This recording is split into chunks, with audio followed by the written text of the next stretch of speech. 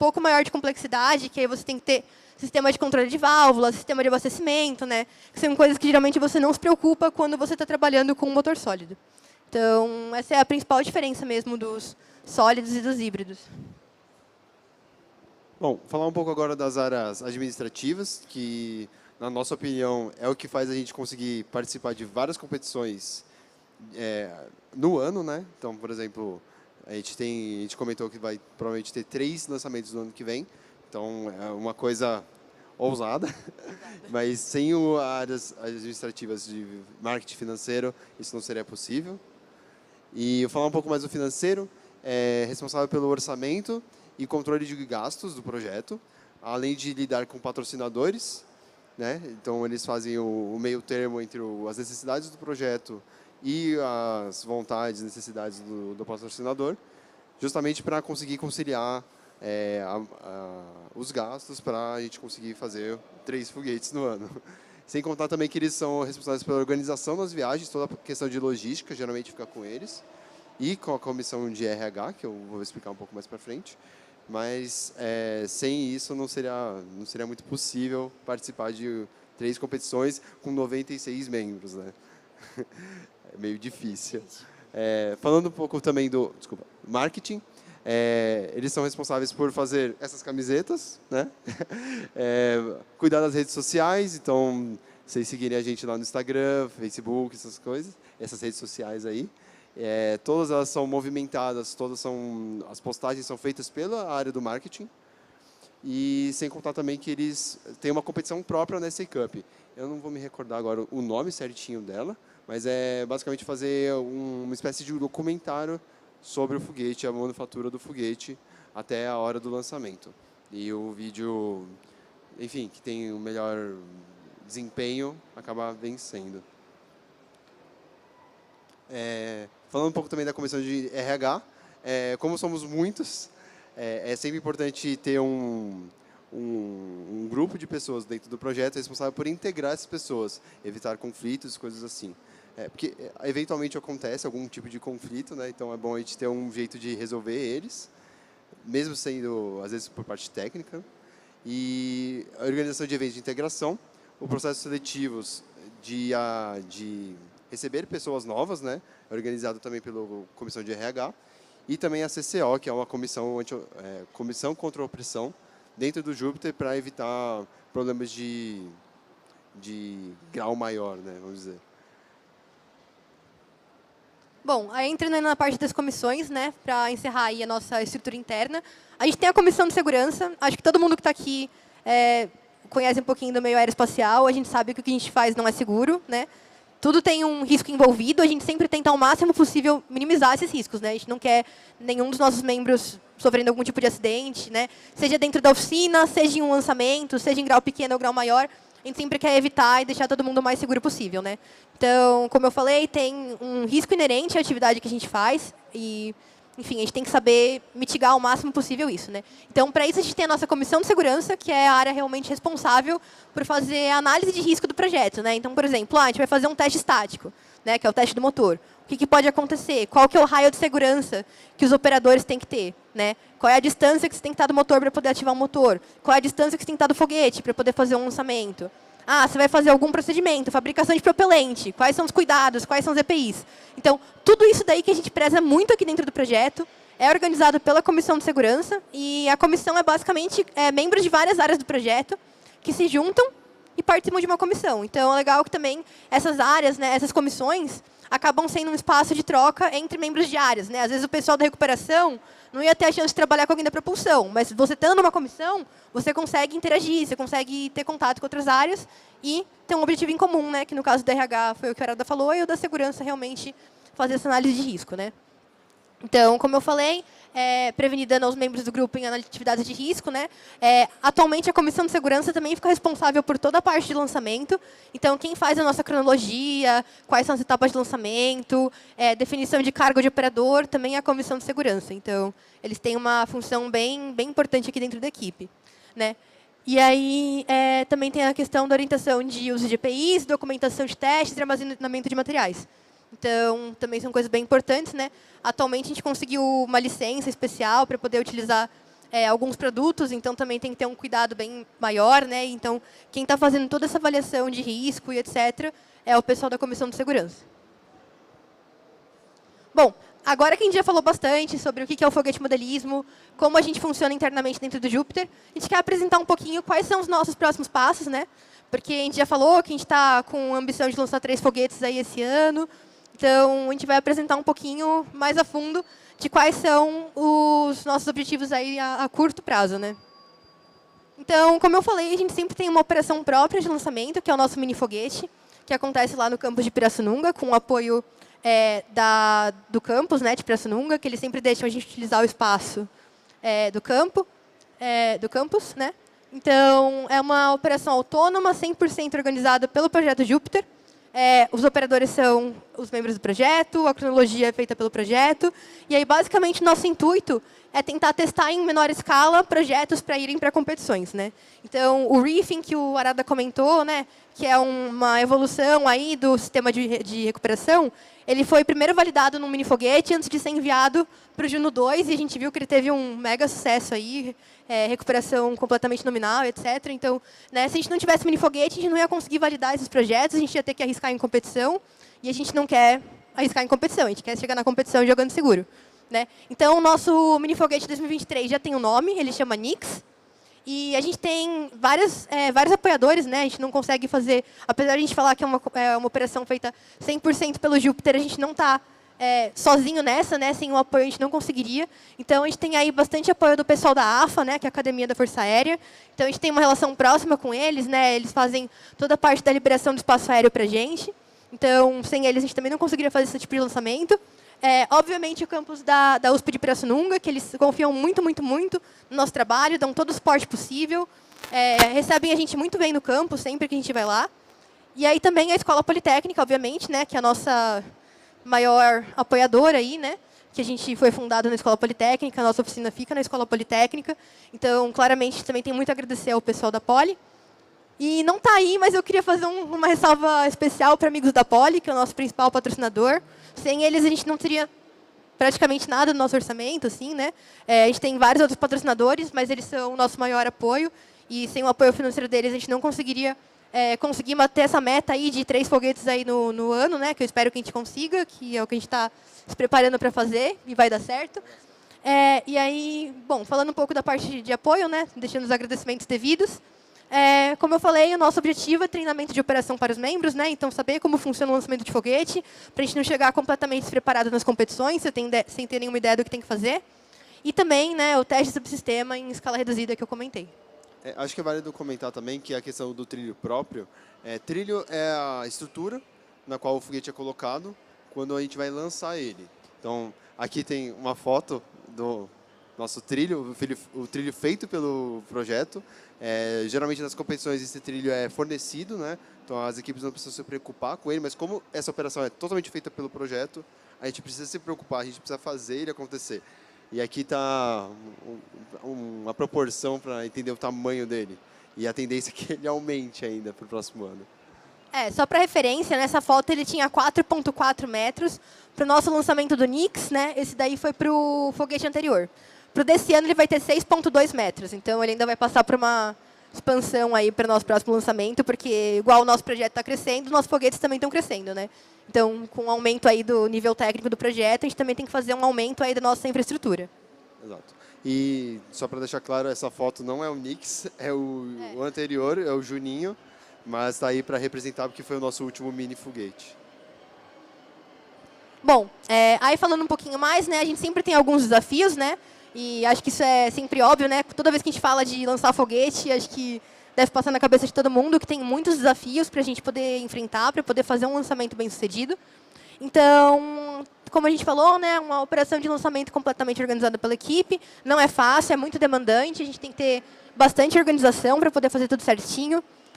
Tem um horário limite que a gente pode lançar, então se passar de um horário X, a gente não pode fazer o lançamento por conta da questão do espaço aéreo, né? Então a gente tem que respeitar toda a decisão que vem da AFA, que vem das forças superiores aí, em relação ao uso do espaço aéreo, né? Então sempre tem que ter uma organização muito, muito, muito rígida para a gente não cometer nenhum incidente de lançar em um horário inapropriado e, enfim, colocar alguma aeronave ou alguma coisa em risco, né? Até hoje a gente nunca teve nenhum problema com isso, a gente segue bem à risca todas as determinações.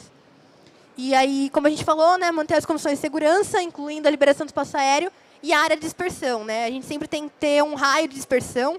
Ali no campus de Pirassununga, é bem pertinho da Anhanguera, que é uma rodovia gigantesca, né? Então, se um foguete cai na Anhanguera em cima de um carro, a gente não pode nem pensar numa hipótese dessa, né? Tipo, é totalmente fora de cogitação. Então, para isso, entra aquilo que a gente comentou do RocketPy, das simulações.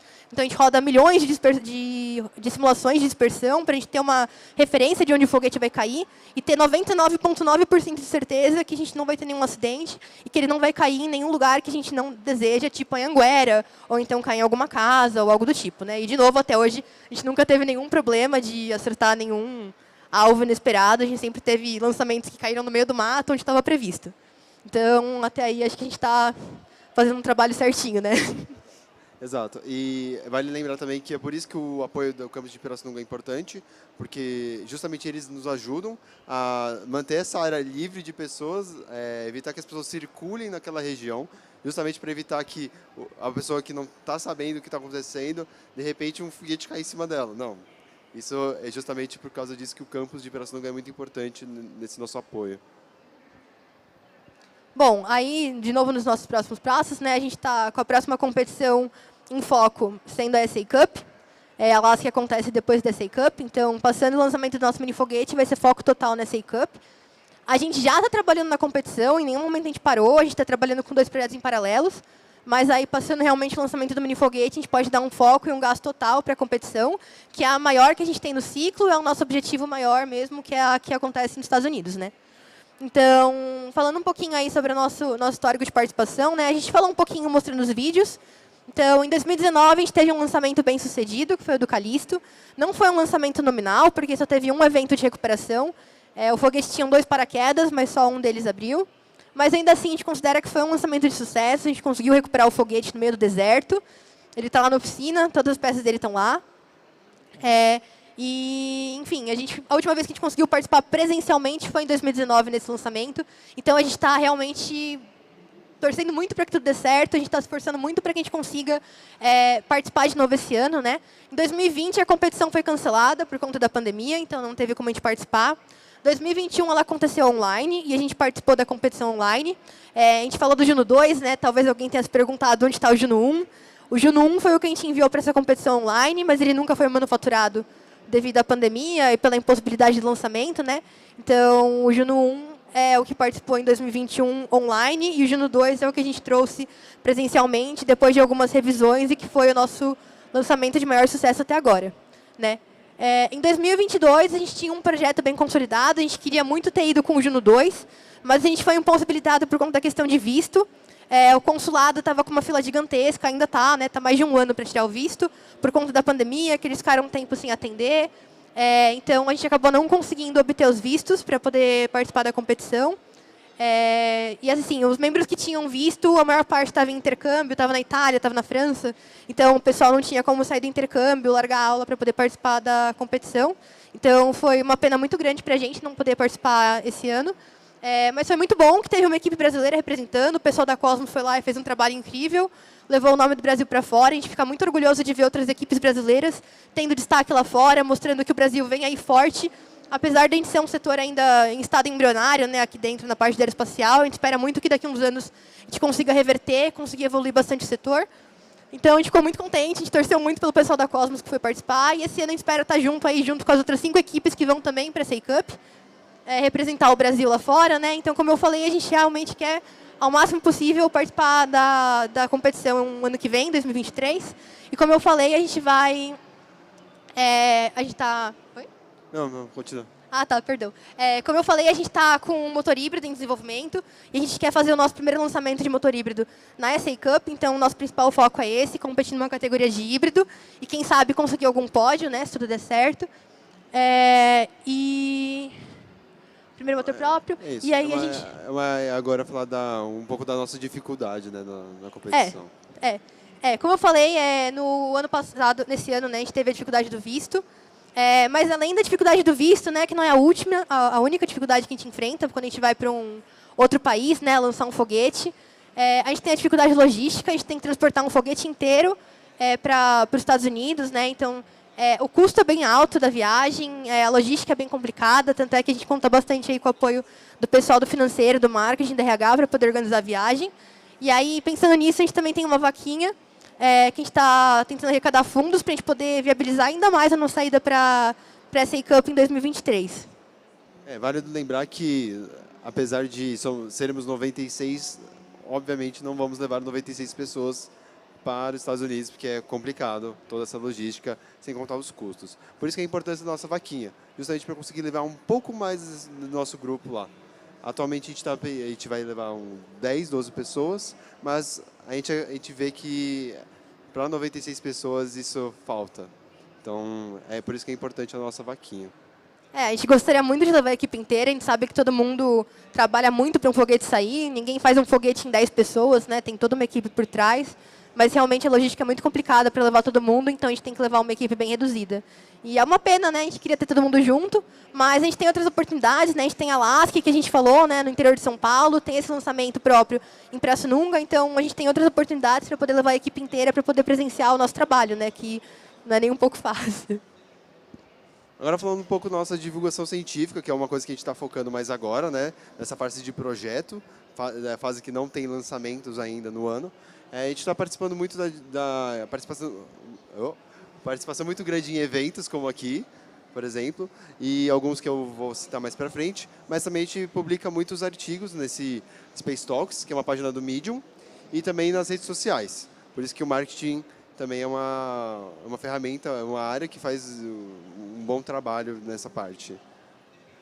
Falando um pouco mais dos eventos, a gente foi em vários eventos nesses últimos 2 meses. Alguns estão aí para dar uma olhada. A gente foi na Paulista recentemente, encontramos um ET lá. E basicamente a gente foi lá expor o Juno 2, que é o foguete que voltou inteirinho. Infelizmente a gente não conseguiu trazer ele aqui para dar um passeio, mas a gente tá gostando de levar ele para passear ultimamente em vários eventos, como por exemplo na Feiplar. A gente levou ele inteirinho para lá. Mas é meio complicado, porque o foguete tem 3 metros de comprimento, né? Não é uma coisa muito fácil, né? Posso só falar da Feiplar? Pode. Só que a gente colocou a Feiplar. A Feiplar é uma feira de compostos que tem aqui em São Paulo, é a maior da América Latina.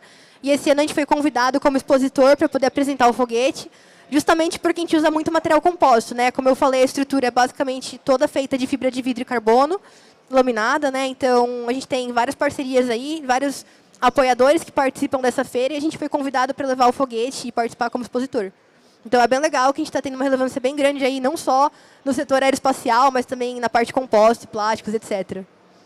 Uma coisa que eu também gostaria de comentar é o evento do Polibem, que é um grupo da Poli, que é voltado para atitudes beneficentes. Então, nesse caso, foi no dia da Semana da Criança.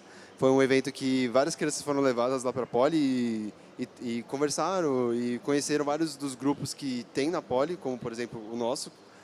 E a gente levou eles para correr com paraquedas. Foi um evento bem legal, as crianças se divertiram bastante. Cansaram o braço de ficar segurando o paraquedas.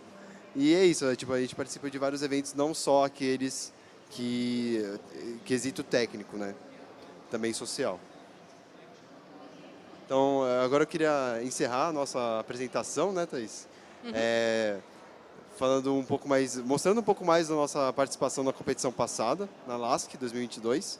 E a gente tem um vídeo aqui para apresentar para vocês. Aqui a gente não vai ter som, o vídeo, mas aqui a gente mostra um pouco da organização do evento, um pouco mais sobre como as coisas estavam acontecendo por lá, a quantidade de equipes participando, né? Tinham várias equipes participando, não só a gente.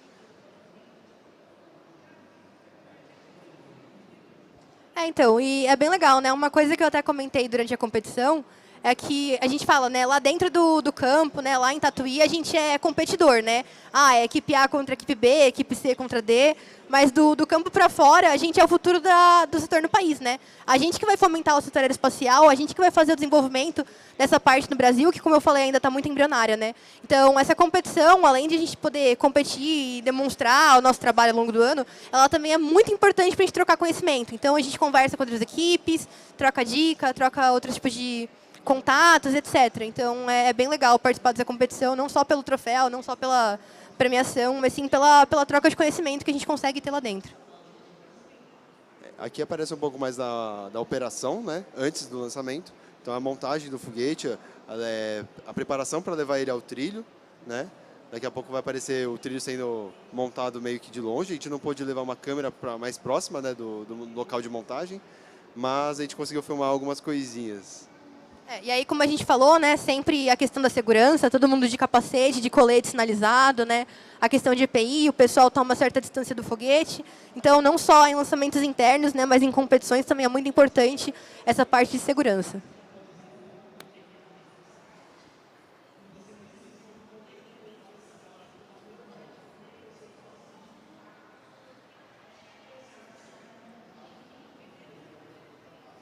Como eu disse, aqui é a parte do trilho. Ele está sendo rebaixado para a gente conseguir fazer colocar o foguete nele. E dá para ver a pontinha dele ali. Foi muito bom que a ogiva é neon. Aí a gente não conseguia ver por conta da distância, né? E a gente, será que subiu? Será que subiu o foguete? Aí daqui a pouco só surge um negócio neon, e a gente, tá, não, agora vai pro lançamento. E esse lançamento também foi divertido, porque nos vídeos, tem no nosso Instagram, se alguém quiser ver o vídeo com o som do lançamento, né?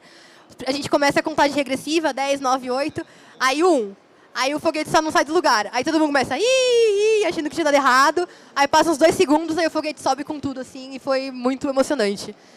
Ver um lançamento de perto é realmente muito emocionante. Se um dia vocês tiverem a oportunidade, recomendo muito.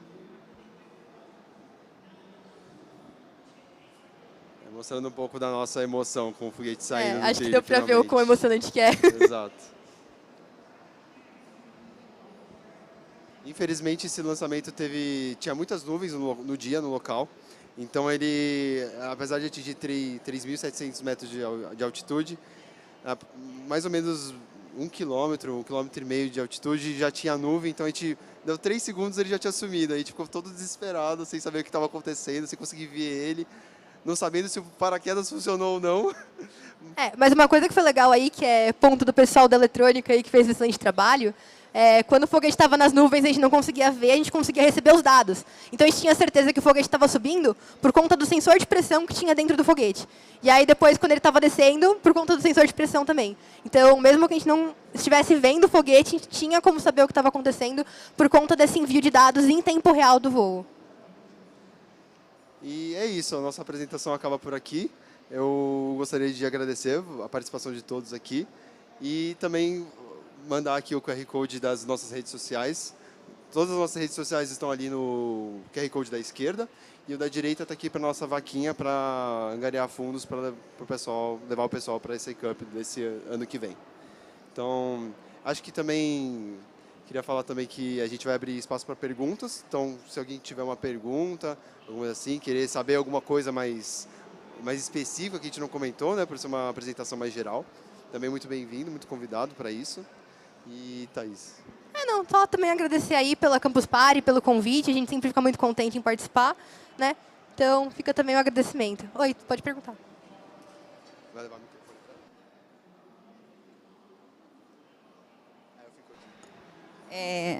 Eu queria perguntar sobre a energia nuclear, que está sendo usada agora para lançamento de foguete. Vocês têm alguma coisa, alguma pesquisa nesse sentido? Não. Tá. Atualmente, a gente ainda não está na área de nuclear, né? A gente ainda é um grupo universitário, etc. Então, a gente está focando no desenvolvimento de motores mais convencionais, né? No caso, o motor sólido de compósito, que já é uma evolução bem legal que a gente está conseguindo, e na parte de motor híbrido, né? Tem alguns membros da equipe que falam de fazer propulsão nuclear, etc. Quem sabe aí daqui uns 5 anos seja realmente um ramo que a gente comece a participar, mas por enquanto a gente ainda não tem previsão para mexer com tecnologia nuclear. E eu também não vi ainda nenhuma equipe no Brasil mexendo com isso, então eu acho que ainda vai demorar um pouquinho aí para a gente ver alguns foguetes nucleares. Eu queria saber se o foguete, mesmo o foguete enviando dados para vocês acompanharem o trajeto de voo, eu queria saber se é possível filmar no próprio foguete todo esse voo. Assim, é possível, mas o Juno 2 tinha uma câmera nele para ser filmada, mas infelizmente a gente acredita que na hora da montagem do foguete algum membro ou alguma coisa aconteceu com a câmera, provavelmente mudou, deve ter desligado ela, né? E a gente, quando chegou com ele inteirinho, vamos ver a câmera. Não tinha nada, infelizmente. Tinha algumas cenas da parte da gente montando ele antes de levar para o trilho. Tipo, a gente não sabe se foi algum acidente de montagem ou se foi um erro de função da câmera, porque, igual a Arada falou, tem um vídeo da gente montando o foguete na base, e aí, de repente, o vídeo só corta, aí aparece uma foto, e aí não tem mais nada. Então, a gente perdeu as imagens da câmera do marketing, e no payload a gente também perdeu as imagens por conta de um problema da câmera também. Mas o próximo voo a gente está planejando aí em colocar câmeras, se tudo der certo, a gente vai ter uma filmagem bem legal.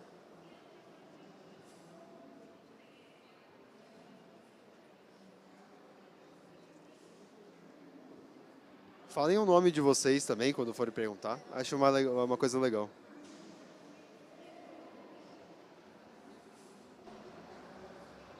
Bom dia, sou Rafael, sou da Minerva Sats, a gente é da Minerva Rockets, a gente viu o voo de vocês, muito bom, foi perfeito. Minha pergunta é se vocês pretendem fazer controle de estabilização ativo, eletrônico, do foguete, para conseguir ter estabilidade no voo. Perdão, fazer o quê? Controle ativo eletrônico para ter estabilidade.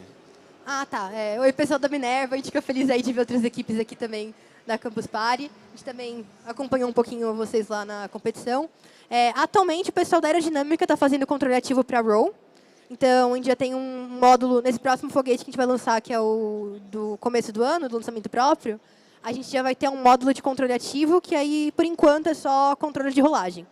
Mas a gente tem alguns projetos aí, o pessoal começou a falar de airbrake, algumas coisas aí, tipo, umas ideias soltas. Quem sabe aí, depois de validar o projeto do Roll, a gente consegue fazer outro tipo de controle, né? A gente no motor híbrido também, o pessoal comenta algumas coisas de controle de híbrido, mas ainda nada muito avançado. O que a gente tem, por enquanto, bem encaminhado e pronto para ser testado é o controle de rolamento só.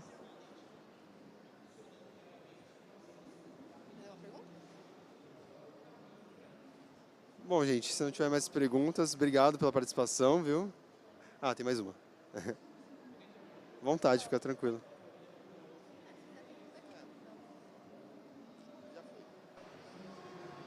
Oi, pessoal, eu sou Isabela. Eu quero agradecer vocês pelo projeto. Eu sou da FZEA, do campus da USP de Pirassununga. Já faz uns 10 anos que eu faço parte do corpo de pós-graduação, né? E eu queria perguntar para vocês se vocês buscam algum tipo de incentivo com empresas privadas. Se vocês têm procurado algum fomento para o investimento de vocês e tudo mais nesse aspecto. Oi.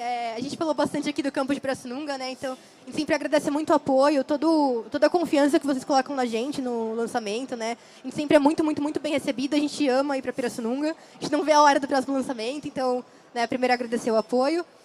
Sim, a gente está buscando bastante parceria com outras empresas, né? Como eu falei, atualmente, nosso maior financiador é o Amigos da Poli, que é o fundo de ex-alunos, mas tem várias outras empresas que também financiam a gente, tanto com dinheiro em caixa, quanto com materiais, né? Então, o pessoal da ST fornece bastante componente para a gente, a Texiglass fornece fibra de vidro, vende fibra de carbono a um preço mais baixo, né? Enfim, a gente tem muitas empresas que também estão apoiando a gente, né? E a gente está numa força-tarefa aí, principalmente o pessoal do financeiro que está aí assistindo a gente, de realmente expandir cada vez mais a nossa coleção, assim, né, de patrocinadores, justamente por conta do crescimento do projeto, né? A gente está cada vez maior e cada vez os projetos vão ficando mais caros, então tem uma hora que a gente tem que realmente buscar apoio externo, né? Então a gente está sim fazendo esse esforço.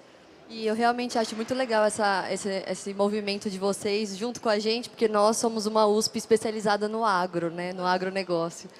Eu fiz curso de zootecnia lá no campus da FZEA, então toda a parte do pasto, da pecuária, eu acho que tem muito a ver com vocês, porque, que nem vocês falaram, grande espaço, sem tanto perigo, né?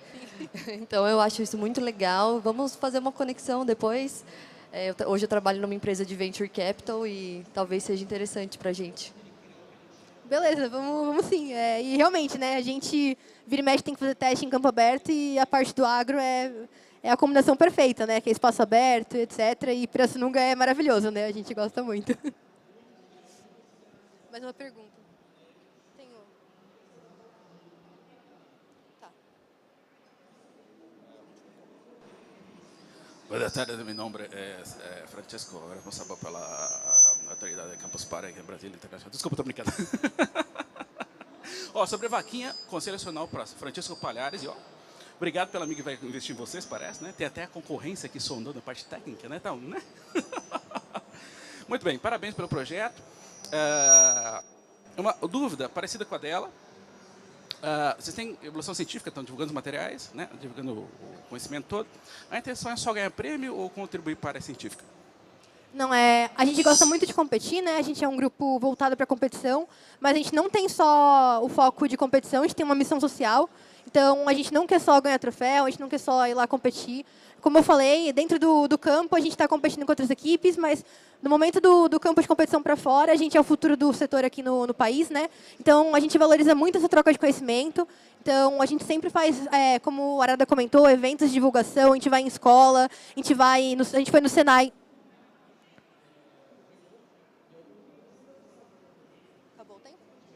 Alô? Ah, tá. Pode só terminar a pergunta? Não, a gente vai para o Senai de Jundiaí, a gente vai para vários lugares fazer divulgação científica e a gente também faz projetos sociais, né? Então, a gente visita colégios públicos, a gente traz crianças para a Poli para conhecer a faculdade de engenharia, conhecer nossa oficina. Então, a gente não é só de competição, a gente tem uma missão bem forte de divulgação científica e uma missão social, né? Porque a gente é uma faculdade pública, né? A Poli é uma instituição pública, estadual, então a gente tem que sim retornar. Tudo que a gente recebe da Poli, a gente tem que retornar de alguma forma para a sociedade. Então, a gente tem essa missão bem forte também.